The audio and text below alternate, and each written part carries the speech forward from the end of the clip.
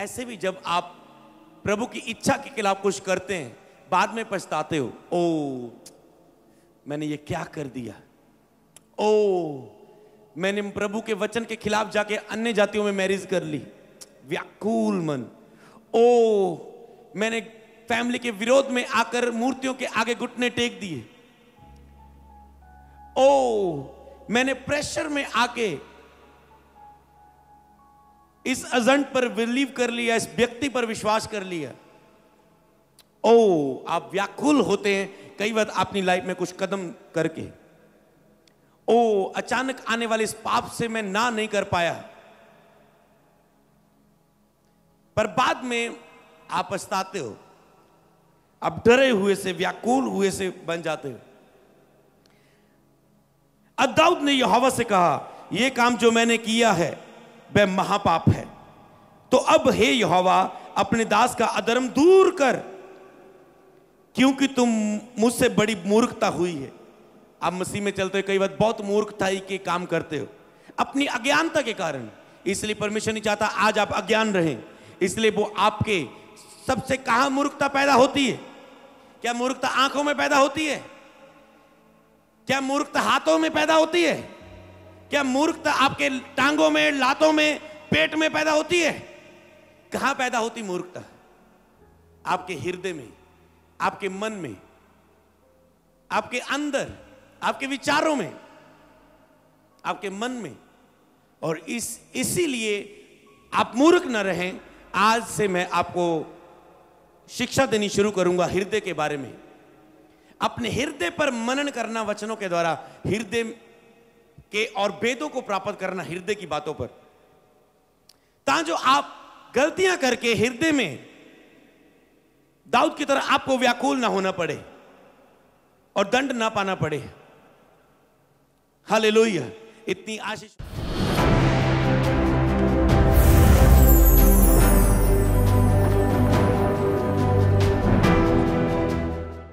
एक वचन मैं आपके बीच में पढ़ूंगा तो आप और गहराई से आप इस बात को समझेंगे। हालेलुया।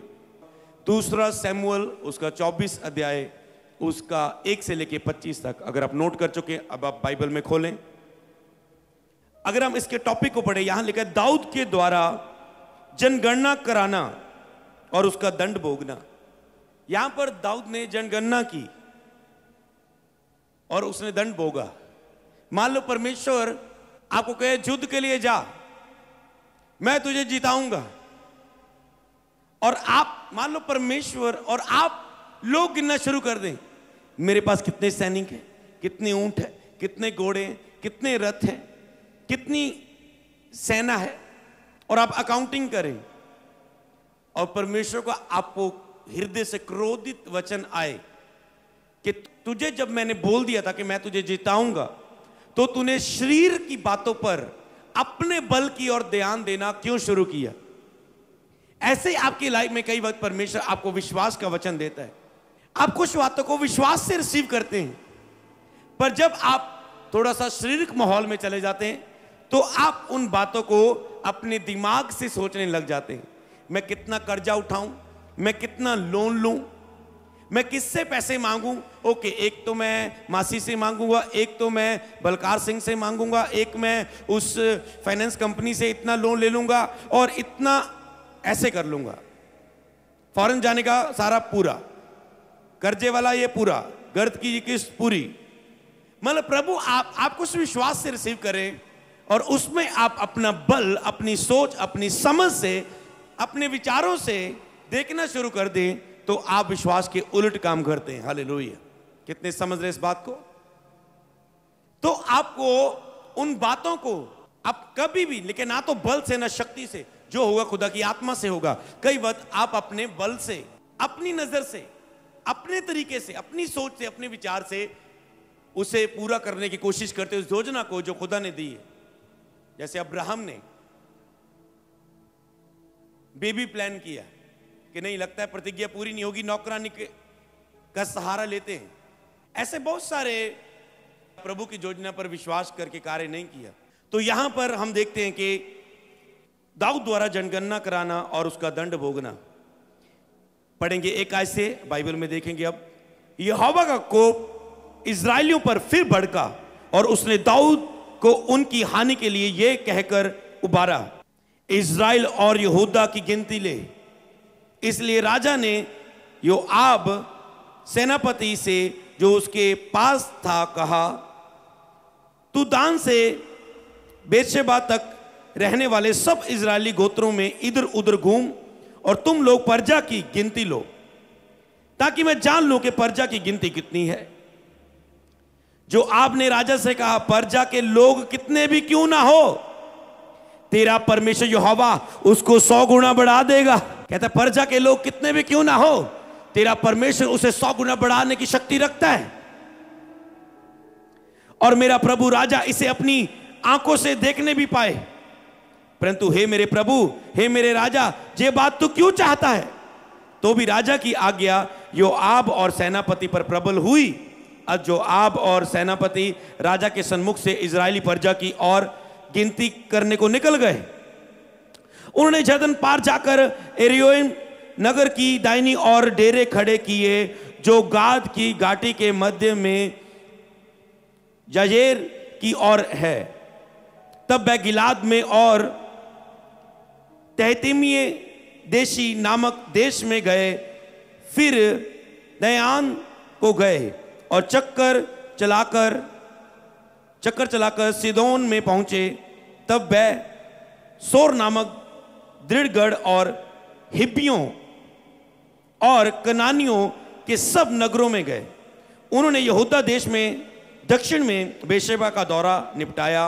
इस प्रकार सारे देश में इधर उधर घूमकर वह 9 महीने और 20 दिन के बीतने पर यरूशलेम को आए। तब योआब ने प्रजा की गिनती का जोड़ राजा को सुनाया। तलवार चलाने वाले योद्धा इजराइल के तो 8 लाख।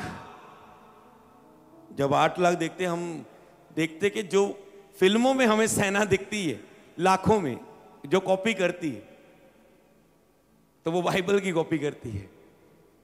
सोचो 8 लाख, ये रियल वाली, ये वो नहीं है कि किसी फिल्म में कॉपी पेस्ट किया और पीछे ग्रीन पर्दा लगा के 800 सेना दिखा दी, 800 बंदे, 8 लाख बंदे दिखा दिए। सचमुच उनके पास इतनी सेना होती थी, लाखों में। सोचो 8 लाख, समझ पा रहे हैं? इजराइल के तो 8 लाख और यहूदा के 5 लाख निकले। प्रजा की गणना करने के बाद दाऊद का मन व्याकुल हुआ। प्रजा की गिनती तो कर ली, पर उसके बाद दाऊद का मन व्याकुल हुआ। हालेलुया। इतनी आशीष होने के बावजूद भी एक छोटी सी हृदय में बात को डाल लेना और बाद में यहोवा के क्रोध का सामना करना, मूर्खता के कारण। बाइबल में हृदय में लोग अलर्ट ना होने के कारण, कोई मूसा के खिलाफ बोला, दंड पाया। कोई दाऊद के खिलाफ बोला, बच्चा नहीं हुआ। कोई किसी के खिलाफ बोला, कोई किसी के खिलाफ बोला। कोई क्या, किसी ने कौन सी मूर्खता की, किसी ने कौन सी मूर्खता की। और मूर्खता के कारण, और लोग, परमेश्वर भी मूर्ख लोगों को कभी नहीं चुनता था, देखता था उनके हृदय में क्या है। उसने कहा मेरी इजरायली प्रजा में अरे को लड़ने के लिए जाएगा तो ऐसा कर, जो तेरी सेना है मुझे बड़ी गिनती नहीं, मुझे बुद्धिमान और हृदय में समझदार लोग चाहिए। उसने कहा इनको पानी पीने के लिए बोल, जो तो अपने हथियार रख के ऐसे पानी पिएगा बुक्कों के साथ, वो मुझे नहीं चाहिए। पर जो अपने हथियार बांधे हुए, हथियारों को पकड़ के ऐसे नदी में जाके तपड़ तपड़ करके पानी पिए कुत्तों की तरह, जो समझदार अलर्ट है बंदा, मुझे वो चाहिए। और ऐसा ही हुआ है। कुछ लोगों ने समझदारी से काम लिया कि ऐसे नहीं कि हम युद्ध के मैदान में और दुश्मन कहीं से प्रहार करे और हम हथियार उठाने में लग जाए। इतने अलर्ट थे। खुदा ने कहा ये चाहिए। तो आज अगर आप आत्मिक जीवन में अपने हृदय के प्रति अलर्ट नहीं है, हृदय में कुछ भी आया, कोई सुंदर लड़की देखी, हृदय लग गया, कोई पैसों का लालच दे गया, हृदय लग गया, कोई भी शारीरिक बात देखी, खुदा को बुला दिया, उस आशीष के ऊपर मन लग गया। कई बार खुदा लोगों को आशीष देता है और लोग उस आशीष देने वाले खुदा को भूल जाते हैं, उस आशीष के साथ इतना व्यस्त हो जाते हैं चाहे वो फॉरेन की आशीष है, चाहे बिजनेस की आशीष है, चाहे वो आपकी गाड़ी है, चाहे वो आपका घर है, चाहे वो आपकी मैरिड लाइफ है, चाहे वो आपका बेबी है। आशीष में इतना व्यस्त हो जाते हैं कि वो खुदा से दूर हो जाते हैं। खुदा कभी भी ऐसी आशीष नहीं देता जिसके द्वारा आप खुदा से दूर हो, और खुदा ये नहीं चाहता कि आप आशीष के द्वारा उससे दूर हो। और इसीलिए आपको हृदय पर मनन करना आज से आप शुरू करेंगे। यहां पर दाऊद ने कहता मैंने मूर्खता का काम किया, मूर्खता की मैंने बड़ा पाप कर दिया, क्योंकि मुझसे बड़ी मूर्खता हुई है। कहता मुझे माफ कर, क्योंकि 11 आयत में लिखे सवेरे जब दाऊद उठा तो यहोवा का यह वचन गाद नामक नबी के पास से दाऊद का दर्शी था पहुंचा। दाऊद के दर्शी के पास पहुंचा और उसने आके दाऊद को बताया, जाकर दाऊद से कह यहोवा यूं कहता है मैं तुझको 3 विपत्तियां दिखाता हूं, उनमें से तू एक को चुन ले कि मैं उसे तुझ पर डालूं। परमेश्वर ने कहा दाऊद तूने जो गलती की है सजा तो मिलेगी, क्योंकि जिसे पिता प्रेम करता है कोड़े लगाता है कि तू दोबारा से गलती ना करे। हम भी करते कई वक्त चर्च में, अगर हम इसे बोले ओ तूने गलती की, अरे सॉरी पापा जी, ओके ठीक है, अगली बार फिर, अगले संडे फिर, अगले संडे फिर। तो जब गलती की सजा दे दी जाए, ओके अब गलती गई 50 रुपए फाइन, 30 रुपए फाइन, 100 रुपए फाइन। अभी पैसे से प्यार है नहीं, फाइन पड़ेगा। गलती की तो फाइन पड़ेगा, सजा मिलेगी, ओके नहीं करनी। ओके गलती की, अब 1 महीना तुम पुलपट पर नहीं आओगे। गलती की, अब 2 महीने तुम ब्लेंडर की सेवा नहीं करोगे। ओके अब जब 2 महीने के बाद बंदा तड़पता है, आता है और उसके बाद कहता है मैंने आगे से गलती नहीं करनी, मुझे सबक मिल चुका है। समझ पा रहे हैं? और ऐसे खुदा सबक सिखाता था कि नहीं तो तुम हल्के में ले लोगे, खुदा की ताड़ना को हल्की बात जान लोगे। और परमेश्वर ने कहा मैं 3 विपत्तियां तुझे दूंगा, उनमें से एक चुन लेना। मैं आपको दाऊद की समझ बताऊंगा यहां पर। चाहे उसने गलती की, पर उसने हृदय में एक समझ थी, जो समझ से वो कुछ हद तक बचाया गया। जाकर दाऊद से कह यहोवा यूं कहता है मैं तुझ पर 3 विपत्तियां डालूंगा, इनमें से एक को चुन ले कि मैं उसे तुझ पर डालूं। गाद ने जाकर दाऊद के पास जाकर इसका समाचार दिया और उससे पूछा क्या तेरे नंबर 1 क्या तेरे देश में 7 वर्ष का अकाल पड़े? कहता जा तो तेरे देश में 7 वर्ष का अकाल पड़ेगा, 7 वर्ष तक अकाल रहेगा, भूखमरी रहेगी, अकाल रहेगा, खाना के लिए तड़पोगे तुम। जब 3 महीने तक तेरे शत्रु तेरा पीछा करते रहे, जा कहते 3 महीने तक तेरे शत्रु तेरे पीछे भागेंगे और तुम भागोगे उनके सामने, तू उनसे भागता रहे। अगली बात, जहां तेरे देश में 3 दिन तक मरी फैली रहे। अब सोच विचार कर मैं अपने भेजने वाले को क्या उत्तर दूं? दाऊद ने कहा मैं बड़े संकट में हूं, हम यहोवा के हाथ में पड़े क्योंकि उसकी दया बड़ी है, परंतु मनुष्य के हाथ में मैं ना पड़ूंगा। कहता है, देखो कितनी अद्भुत बात कह रहे। कहते हैं हां मेरे ऊपर बड़ा संकट आया, मैं यहोवा के हाथ में पड़ूं, यहोवा विपत्तियां दे, पर मैं मनुष्य के हाथ में नहीं पड़ूंगा, दुश्मन के हाथ नहीं, शैतान के हाथ नहीं, मनुष्य के हाथ नहीं पड़ूंगा। आज परमेश्वर दंड नहीं देता, आपने शिक्षा पाई है, ये पुराने नियम की बात है।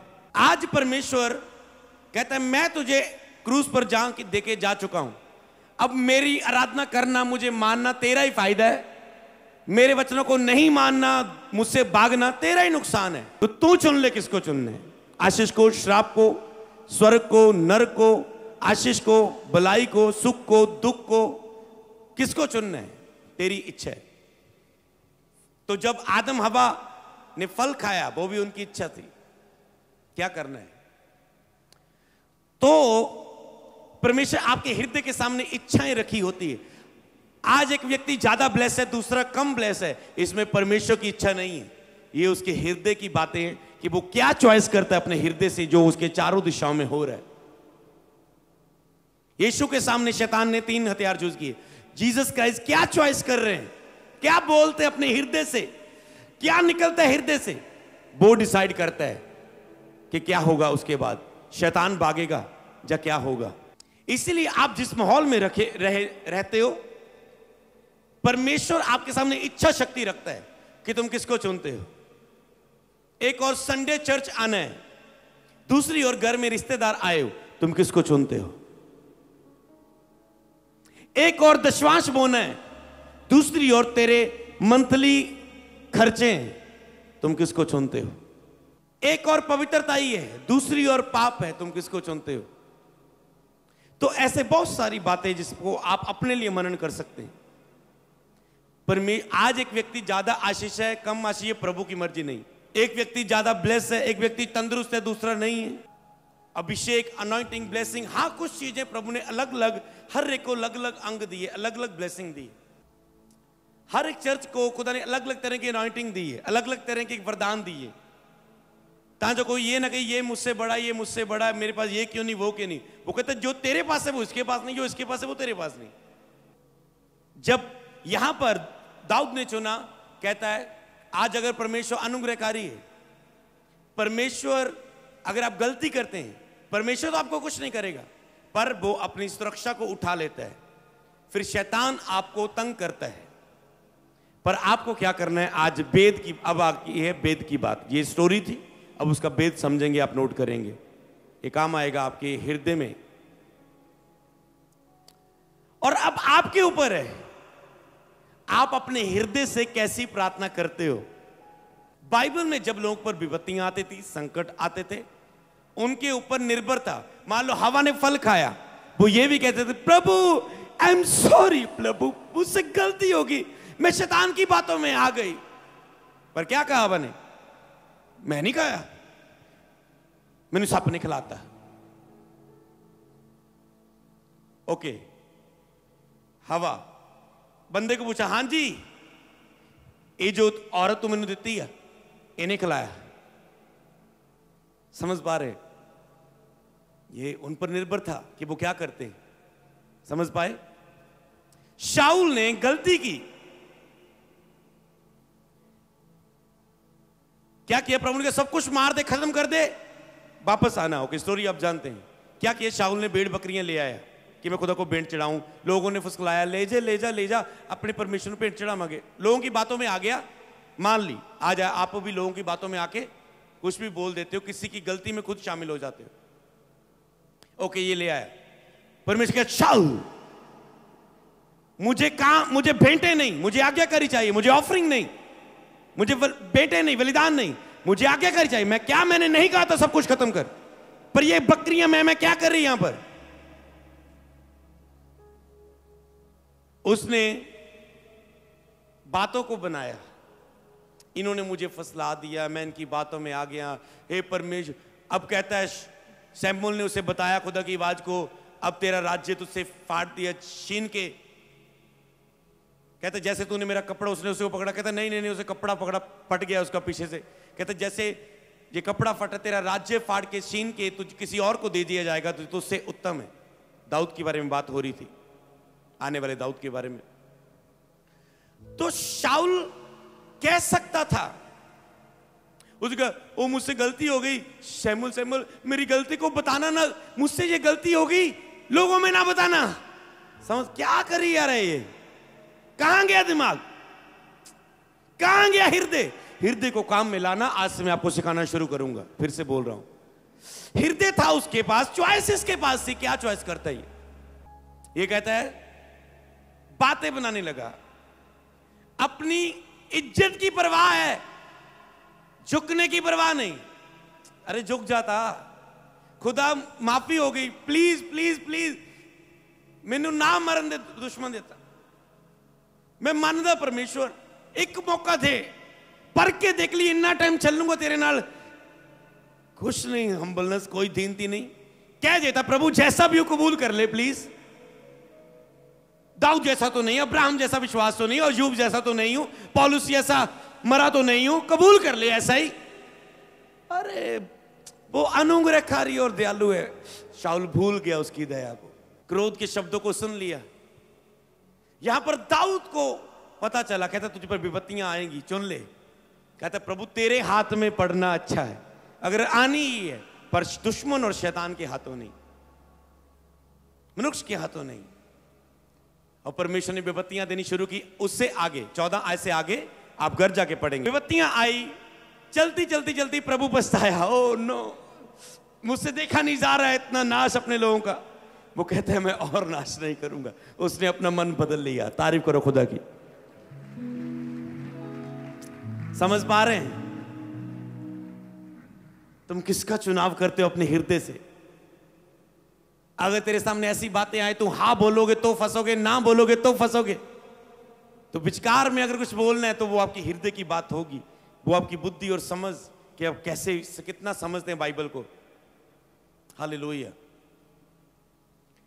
प्रभु ने कहा जब तुम महासभा के सामने जाएं तो अपने मन में ये ना विचार करना मैं हृदय से ये बोलूंगा, वो बोलूंगा, ये बोलूंगा सफाई में, जब तेरा मेरे नाम के कारण विरोध हो, तुझे जेलों में पकड़ के फेंक दे, और तेरा न्याय हो, तेरी पूछताछ की जाए, तेरा मुकदमा सामने लाया जाए, तो ये ना सोचना मैं ये कहूंगा वो कहूंगा। मन में विचार ना करना, हृदय में।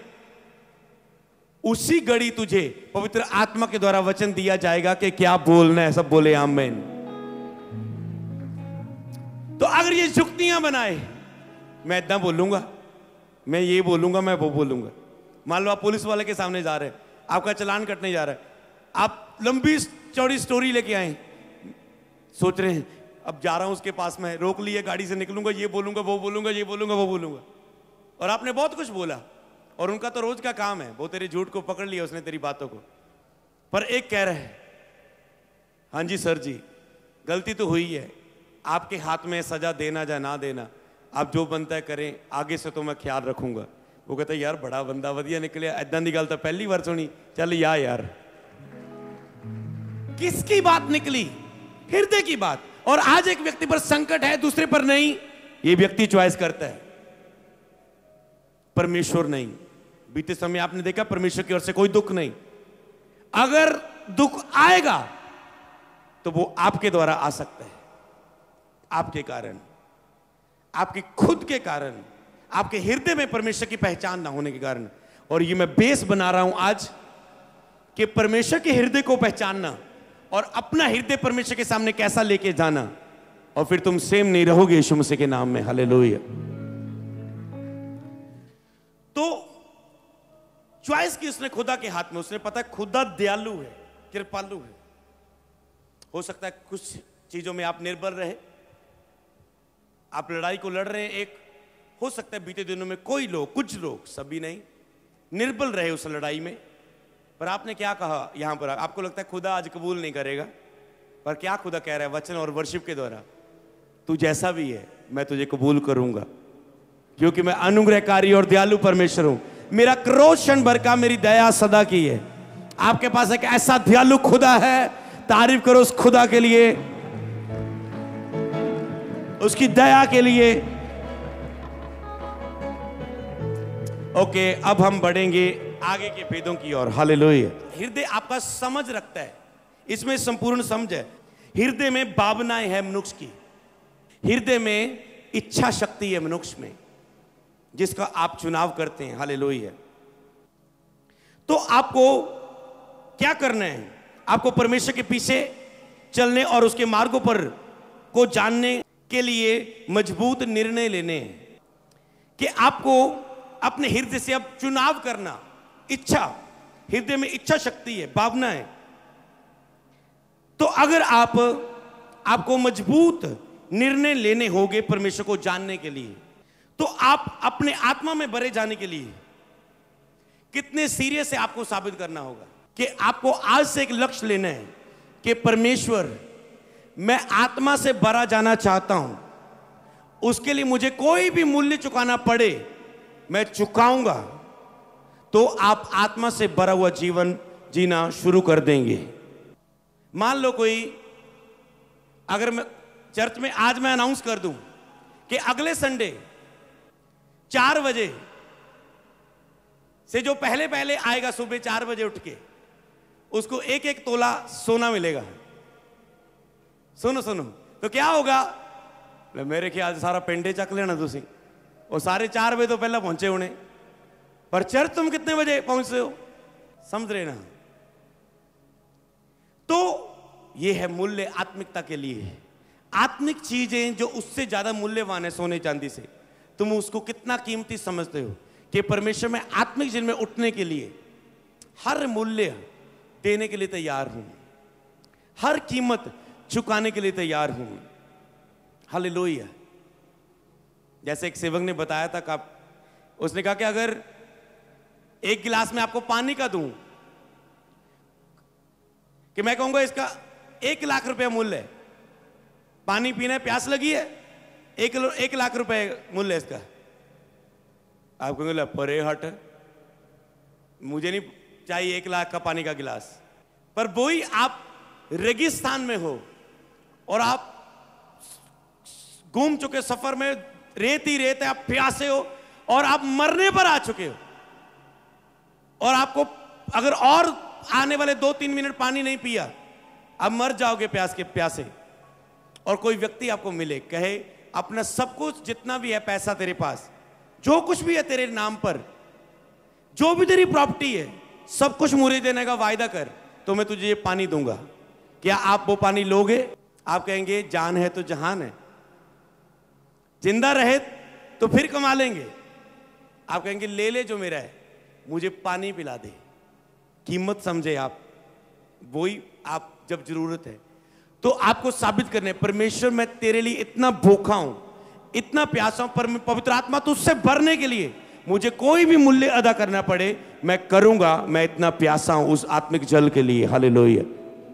आपको साबित करनी है भूख। ये आपको निर्णय लेना है कि आप आत्मा से भरना चाहते हैं, अभिषेक से भरना चाहते हैं, उसके लिए हर मूल्य चुकाने के लिए तैयार हैं।